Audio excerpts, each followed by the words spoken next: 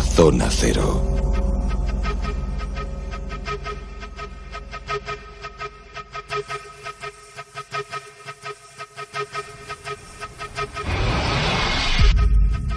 Ya los habéis oído antes, Jesús Callejo, Carlos Canales, muy buenas ambos. ¿Qué tal? Hola, bueno, ¿qué tal? Y nos decíais y nos contabais, bueno, aparte de agradeceros vuestra participación encomiable, extraordinaria y fantástica en esta subida tan espectacular de oyentes. Y bueno, una vez más agradecidos a vosotros también por todo. Somos un equipo, apoyo. Bruno, ya lo sabes, ahí estamos todos, incluidos pues ese gran patrimonio, ¿no?, que son los oyentes, que gracias a ellos pues ahí estamos en estas cifras, bueno, geniales porque bueno, es un poco el reconocimiento de todos estos meses, todos estos años, y ahí está, la verdad que tenemos oyentes impagables, vamos. Nos han agradecido mucho que los monográficos sean un poquito más largos esta temporada que la pasada, porque da tiempo para descubrir personajes, o situaciones o hechos tan apasionantes como los que vais a presentar hoy. Nos tenemos que situar en primer lugar cerquita de Siena, Montecarlo, en Italia, en donde encontramos nada más y nada menos que una espada clavada en una piedra. Sí, eso es lo que vamos a hablar principalmente, pero vamos también a aprovechar para contar no solamente la historia de lo que motivó la espada en la piedra de San Galgano, que como ha dicho Jesús antes del boletín informativo, es algo que no es conocido ni siquiera en Italia y que sin embargo es como ya yo voy a decir el 100% ya de nuestros oyentes se ha dado cuenta, una de las bases del mito de la leyenda de Excalibur.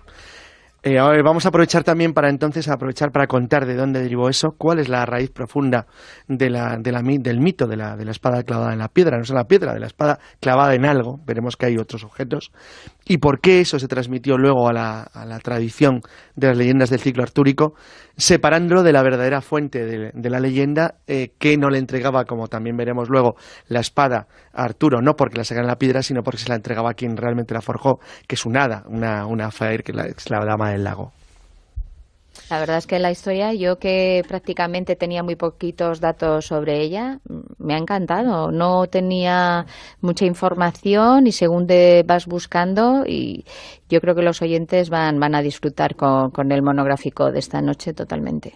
Claro, además partiendo de la base de que estamos hablando de una espada real clavada en la roca, que está ahí ya desde el siglo XII, si las leyendas son correctas, pero es algo que se puede ver. Es un lugar, hay una abadía, es una ermita, que está a esos 40 kilómetros de Siena, en dirección sureste, y lo sorprendente de todo esto es que encaja perfectamente en el ciclo griálico, en concreto con Excalibur. Entonces sí es bueno saber, que es un poco lo que vamos a comentar ahora, quién era San Galgano, ese personaje que da pie pues a toda una historia legendaria, y por qué clava esa cruz, esa espada, para que él considerarla como una cruz, porque ahora contaremos un poco toda la trastienda religiosa que hay en este mito piadoso, pero un mito piadoso que tiene una parte de historia, porque este personaje existió, se sabe que su familia vivía en el pueblo de Chiusdino, que era un castillo, que era de familia noble, y como poco a poco pues va entrando en razón dentro de una vida disoluta que era la vida de Galgano, era el clásico crápula que, en fin,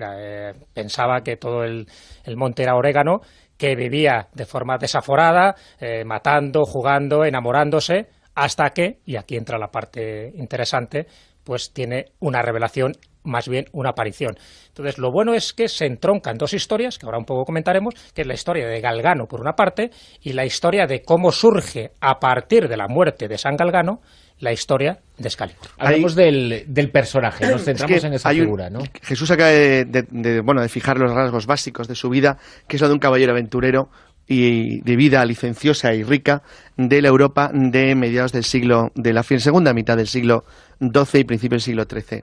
Importante dos cuestiones. La zona en la que él nació era una de las zonas en aquel entonces más pujantes del mundo cristiano, de lo que se llamaba la cristiandad. Tanto las ciudades ricas de comercio de Flandes como las ciudades del norte de Italia, y en este caso estas ricas zonas de la Toscana, acababan de empezar a desarrollar por primera vez algo que podíamos decir que las había hecho salir ya de lo que se podía decir la oscuridad de la Edad Media, de los tiempos oscuros que siguieron a la caída del Imperio Romano. Era una región que estaba revitalizando el comercio, que empezaba a tener un cierto nivel de actividad vital, y Galgano Guidotti había nacido en una familia, como ha dicho Jesús, noble y con poder económico, lo que le permitía tener una vida que no estaba al alcance de cualquiera. Primer punto importante. Bueno, él nace aproximadamente en torno a 1148, con lo que estamos hablando de la segunda mitad del siglo XII. Su vida de joven, pues bueno, para relacionarlo con elementos que la gente pueda poner rápidamente, digamos que fue contemporáneo de Robin Hood. De Robin Hood, del rey Juan sin tierra, o en España de Alfonso VIII de Castilla y de la reina de Castilla, Leonor, que era la hermana de Ricardo Corazón de León. En este ambiente de las cruzadas y de la expansión primera europea, él llevaba la vida clásica de un caballero, pero lo que ha dicho Jesús, y vamos a empezar a meter la parte mágica, esto es la zona cero, a mí me gusta un detalle, y es que él tiene un encuentro de la tercera fase, directamente. Él un día se le aparece un ser de luz. Un ángel. Ni más ni menos que el arcángel Gabriel. Podía ser una cosa menos, pero tenía un rango importante. Miguel. Exacto, perdón, Miguel. Además era devota su madre, al que rezaba continuamente. ¿Por qué? Porque como el hijo le había salido un poco calavera, pues entonces... Dionisia, que era su madre, imagínate de sorpresa. Fíjate, rezando siempre a ver si su chico pues dejaba de ser tan libertino, tan licencioso, en fin, dejaba de ser tan putero, entre comillas, para que hiciera un poco esos votos religiosos, que es lo que ella en el fondo quería, ¿no? Y entonces, pues a partir de ahí es donde tiene no solo una aparición, sino antes varias apariciones en sueños, ¿no? Para que esto es muy interesante. Galgano pasa olímpicamente, porque claro, en sueño le dice un poco, imaginaros, una especie de Pepito Grillo, ¿no? El arcángel San Miguel, conviértete, deja las armas, deja de matar, deja de jugar. Y después de aquellas noches que tenía ya no sabía... no sé si es el maldito Cariñen o será realmente el arcángel. Y fue pasando hasta que sí, en un momento dado, precisamente cuando él estaba en un cumpleaños, cuando cumple 32 años, ahí surge esa aparición definitiva de la... Fijaros lo curioso que con 32 años Galgano Guidotti, a pesar de ser un noble de la época, que se casaban con 14, 15, 16 años, no se había casado. Entonces lo único que consiguió la buena de Dionisia, ya que había conseguido la aparición... Tenía Polisena, que era su eterna novia. Sí, más o menos, estaba ahí la pobre. Por eso digo que con primero que consigue su madre, después de mucho esfuerzo, la pobre Dionisia, es que por lo menos fuera a decirle a su novia que no se iba a casar con él, definitivamente con ella. Sí, la novia ya bastante cornuda por entonces. No tenía pinta que fuera a casarse nunca. Entonces Dionisia le convenció. Porque lo que había decidido Galgano, y esto es curioso, porque aunque está dentro de la tradición medieval y no se aleja de ella, realmente es un cierto retorno al pasado. Él lo que decide es llevar una vida apartado del mundo. Es decir, decide llevar una vida de carácter casi de eremita. Entonces, él elige el lugar en el que se levanta hoy la ermita de San Galgano, que es una zona frondosa de bosques oscuros, sombríos, así, bueno, como muy de la visión romántica de la Edad Media, que es donde él decide que tiene que retirarse a vivir, pero alejado. Lo decide justo cuando el arcángel se le presenta, esta vez físicamente, es decir, ya no estamos hablando de sueños, él iba a caballo, iba en dirección a reunirse con Polisena, su eterna novia, que le perdonaba todos los desaguisados, y en ese momento se le aparece el arcángel, imaginaros, con alas, con una espada y revestido de luz. Por supuesto, el caballo se asusta, tira al jinete, y cuando está en el suelo es cuando el arcángel le hace una especie de admonición, le dice que abandone su vida mundana, que se despoje de los bienes materiales, y Galgano, una vez más, le dice, qué cansino eres, ¿no? Dice, ya te he visto en los sueños. Dice que esta renuncia es imposible. Y él pone un ejemplo, un símil, según una de las leyendas más populares, porque luego, como bien sabéis, hay distintos ramales, ¿no? Pero la leyenda más popular en Italia dice que una vez que le comenta al arcángel que abandonar su vida, tiene 32 años, no lo olvidemos, es prácticamente imposible, tan imposible como que su espada pueda clavarse en la roca. Hay una roca allí, coge su espada y ¡flup! Bueno, él realmente lo que quería es partirla de un golpe, dice la leyenda, ¿no? Entonces le quería dar un golpe con la idea de mellar la espada y demostrar que es algo imposible. Que realmente era imposible clavar realmente esa espada suya en la roca. ¿Qué ocurre? Que en ese momento la roca se convierte en mantequilla, prácticamente. Y se hace el milagro. Se hace el milagro.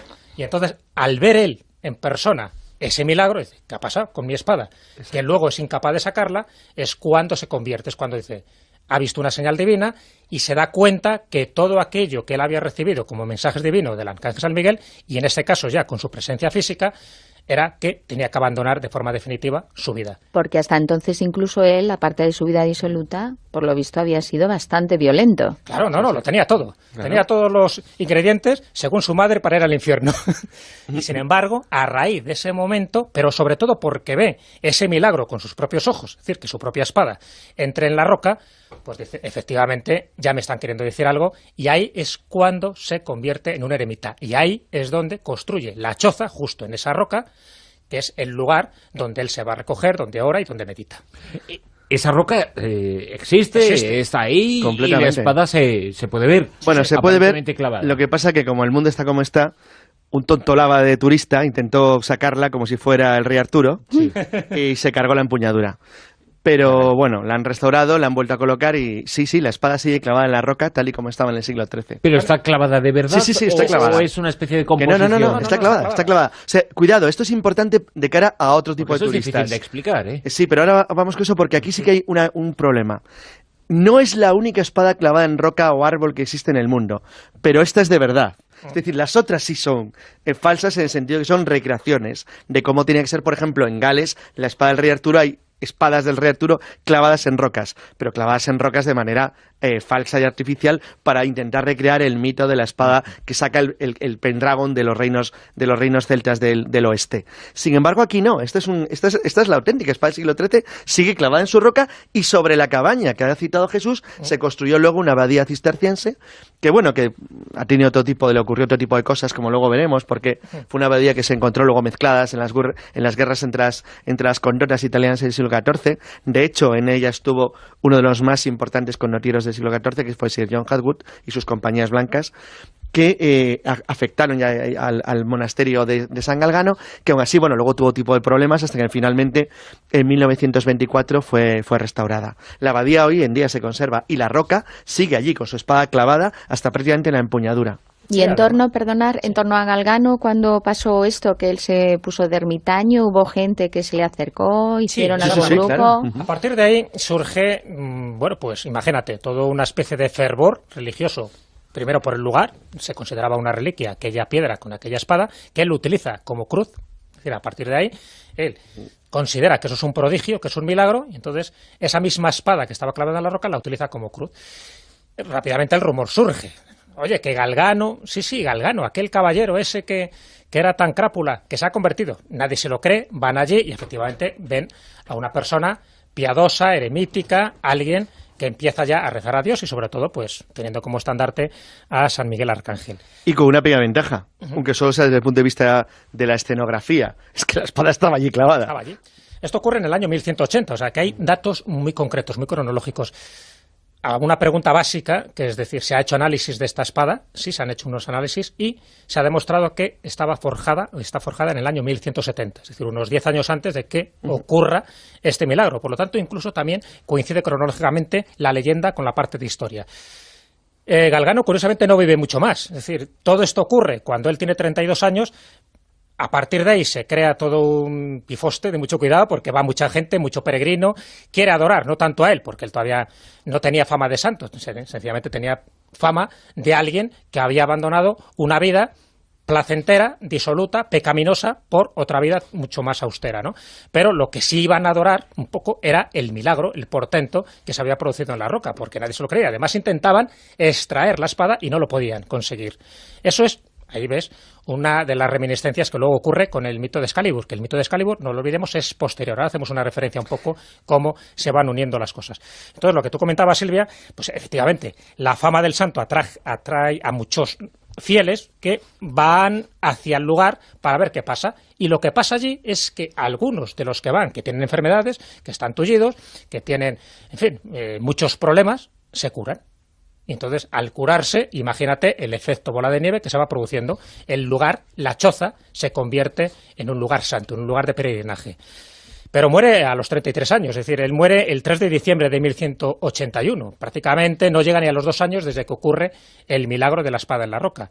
Y a partir de ahí, por cierto, en 1181, que es el mismo año en el que nace San Francisco de Asís. Curioso también, que tiene una vida no parecida, pero sí... Bueno, con sus similitudes, sí es claro, cierto, ¿no? Exactamente. Estuvo muy cuestionado hasta que llega un momento en que sí que la gente le reconoce como tal, pero pudo haber acabado las hogueras de la Inquisición con mucha facilidad San Francisco de Asís, que tiene una parte, ya digo, herética, porque no se conciliaba muy bien con las doctrinas imperantes de la Iglesia. Es decir, él estaba hablando de pobreza cuando por entonces la Iglesia hacía ostentación de todo lo contrario, ¿no?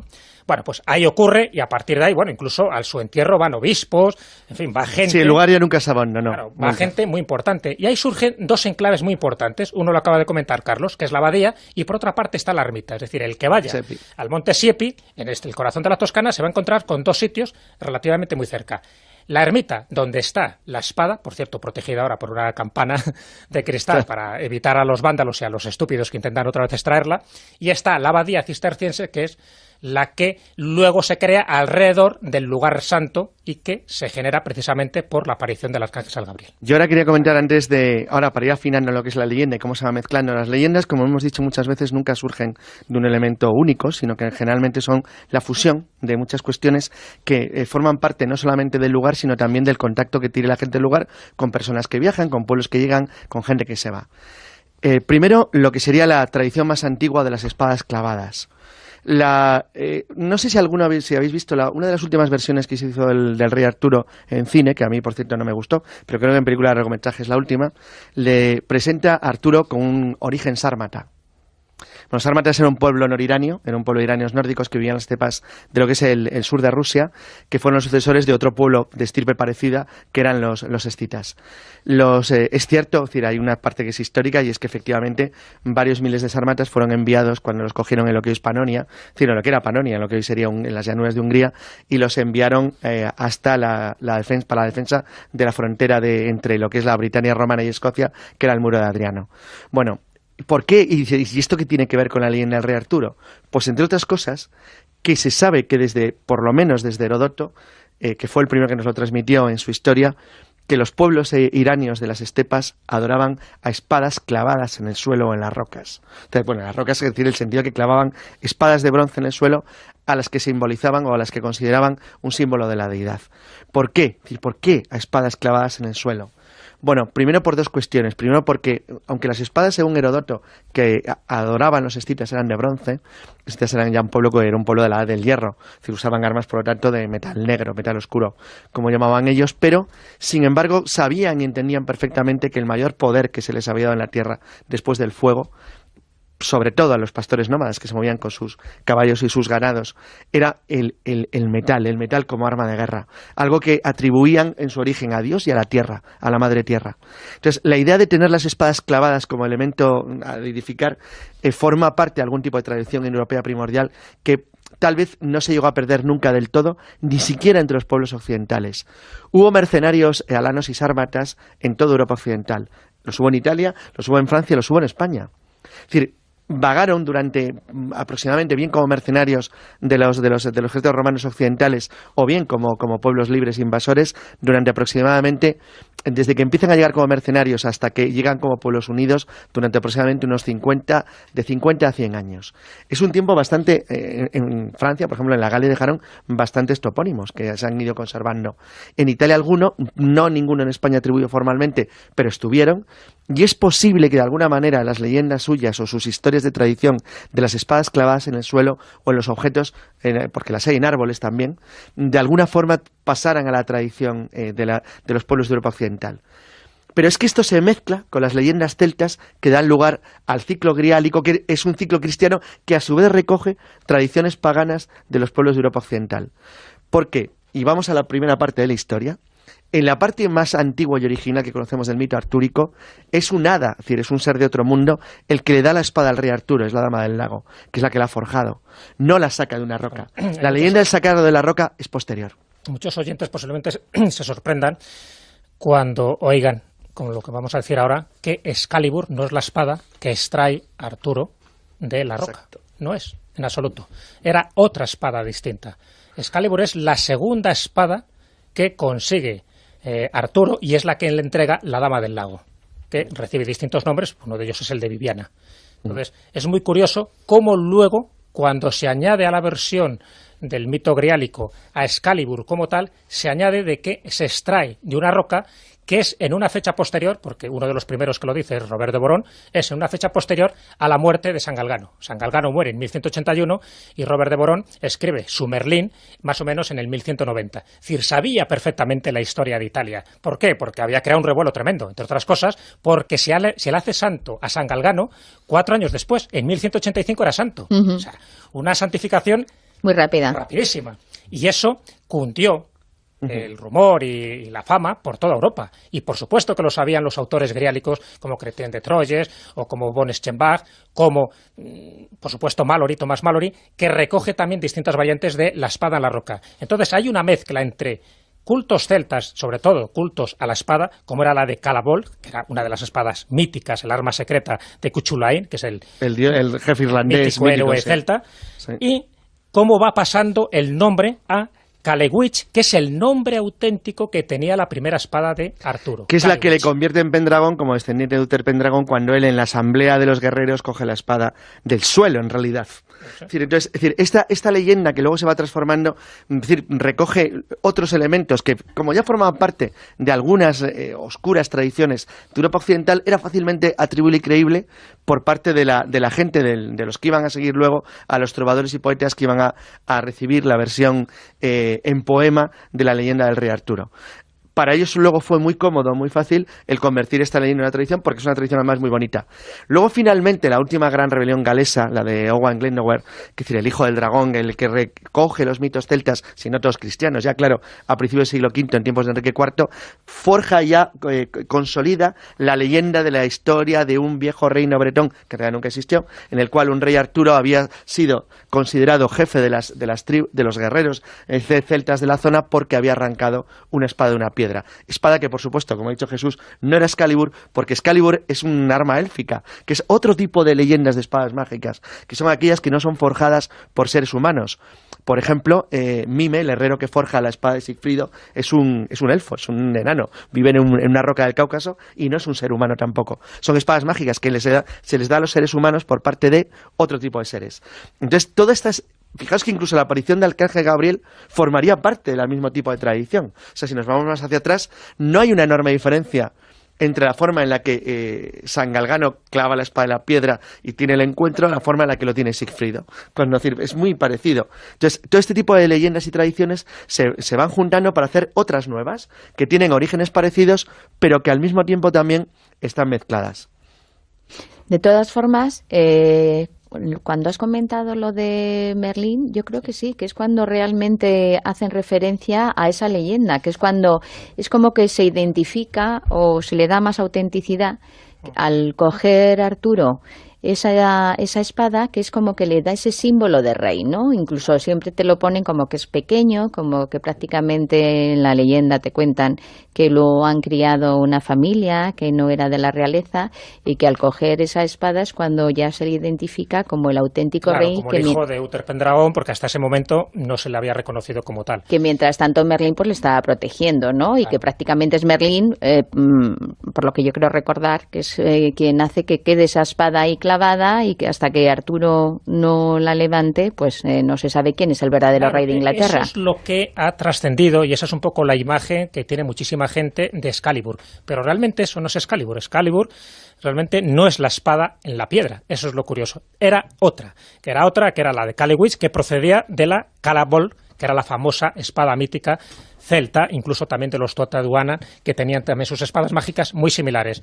Así que nos tenemos que ir incluso a uno de los historiadores, por ejemplo, que es Geoffrey de Monmouth, que es el que nos habla perfectamente ya de Excalibur, es más o menos de la época, pero siempre posterior a la fecha en la que muere San Galgano, donde nos dice que esa espada Excalibur se forjó en Avalon y que el que la forjó fue ni más ni menos que Merlín. Avalon, que es la tierra de los muertos, que es la tierra de los muertos, con lo cual se mezclan ya distintos elementos mitológicos en algo que es real. Ya sabéis que incluso Arturo sí tiene un trasfondo real, en fin, hay que buscarle, ¿no?, como reyezuelo del siglo VI, pero bueno, al final sí que aparece como personaje histórico, pero nada que ver con las sagas artúricas del siglo XII y siglo XIII. Y con San Galgano pasa lo mismo, se supone que hasta un punto sí, claro, ¿no? Claro, exactamente. De Galgano sí tenemos muchos elementos históricos.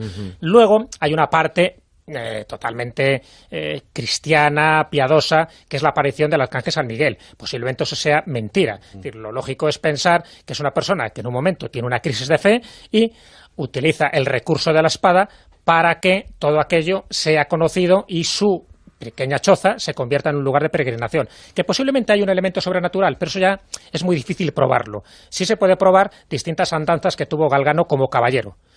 A partir de ahí, la parte más religiosa, más eremítica, que le dura, ya digo, 2 años, no más, sí que crea todo un personaje casi fantástico cuando se empiezan a unir con las sagas artúricas, que encima, como coincide en el tiempo, que estamos hablando de finales del siglo XII y principios del siglo XIII, todo se mezcla. Lo extraño lo raro es que hasta ahora prácticamente no se ha relacionado la espada de San Galgano, que es una espada física como tal, con el mito artúrico, con el mito griálico. Eso es lo que me ha extrañado. ¿Por qué esa ausencia? ¿Por qué esa laguna en los datos? Es decir, yo entiendo... Porque es una historia apasionante y bastante desconocida. Y desconocida, y además que tiene una correlación de hechos, yo creo que muy evidente, de forma muy resumida lo hemos expuesto aquí. Desde luego.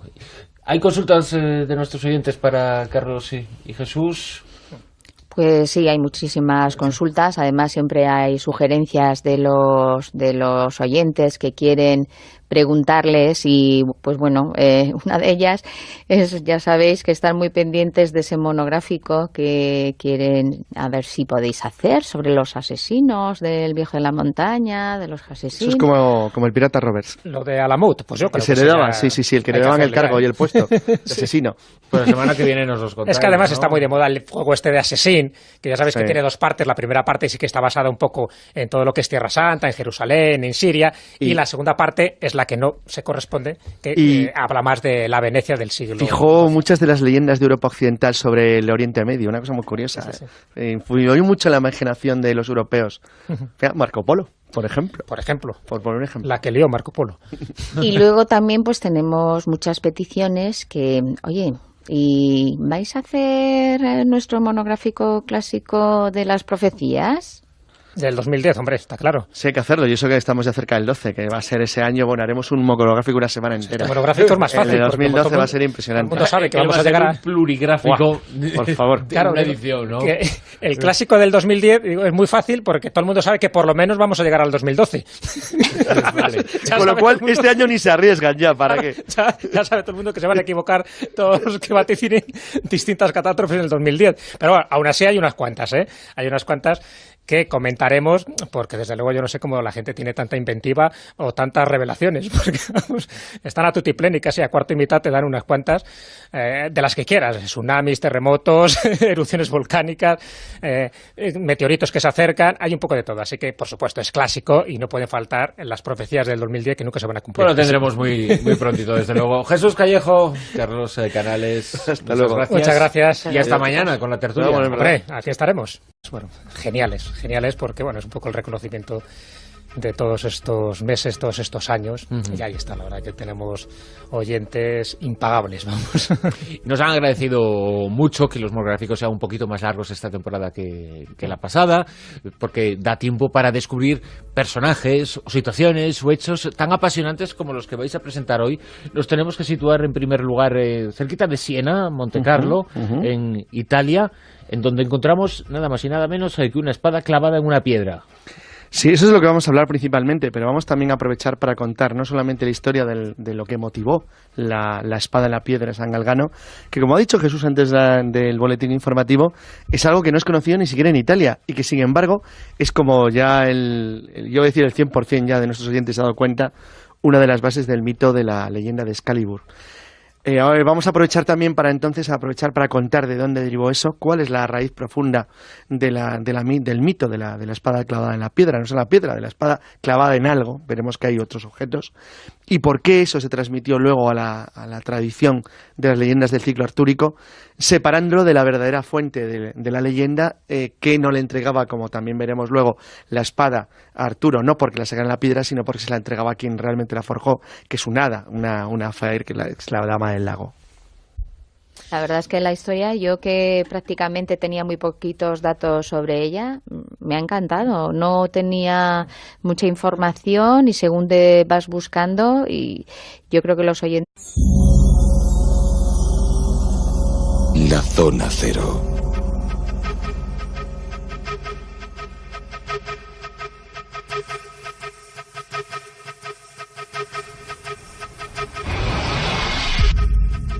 Ya los habéis oído antes, Jesús Callejo, Carlos Canales, muy buenas ambos. ¿Qué tal? Buenas noches. ¿Qué tal?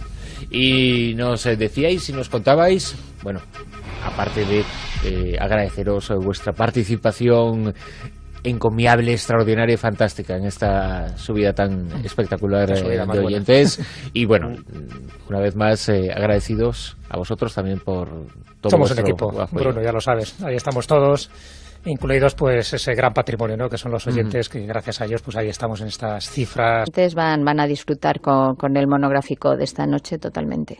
Claro, además partiendo de la base de que estamos hablando de una espada real clavada en la roca, que está ahí ya desde el siglo XII, si las leyendas son correctas, pero es algo que se puede ver. Es un lugar, hay una abadía, es una ermita, que está a esos 40 kilómetros de Siena, en dirección sureste, y lo sorprendente de todo esto es que encaja perfectamente en el ciclo griálico, en concreto con Excalibur. Entonces, sí es bueno saber, que es un poco lo que vamos a comentar ahora, quién era San Galgano, ese personaje que da pie pues a toda una historia legendaria, y por qué clava esa cruz, esa espada, para que él considerarla como una cruz, porque ahora contaremos un poco toda la trastienda religiosa que hay en este mito piadoso, pero un mito piadoso que tiene una parte de historia, porque este personaje existió, se sabe que su familia vivía en el pueblo de Chiusdino, que era un castillo, que era de familia noble, y como poco a poco pues va entrando en razón dentro de una vida disoluta que era la vida de Galgano, era el clásico crápula que, en fin,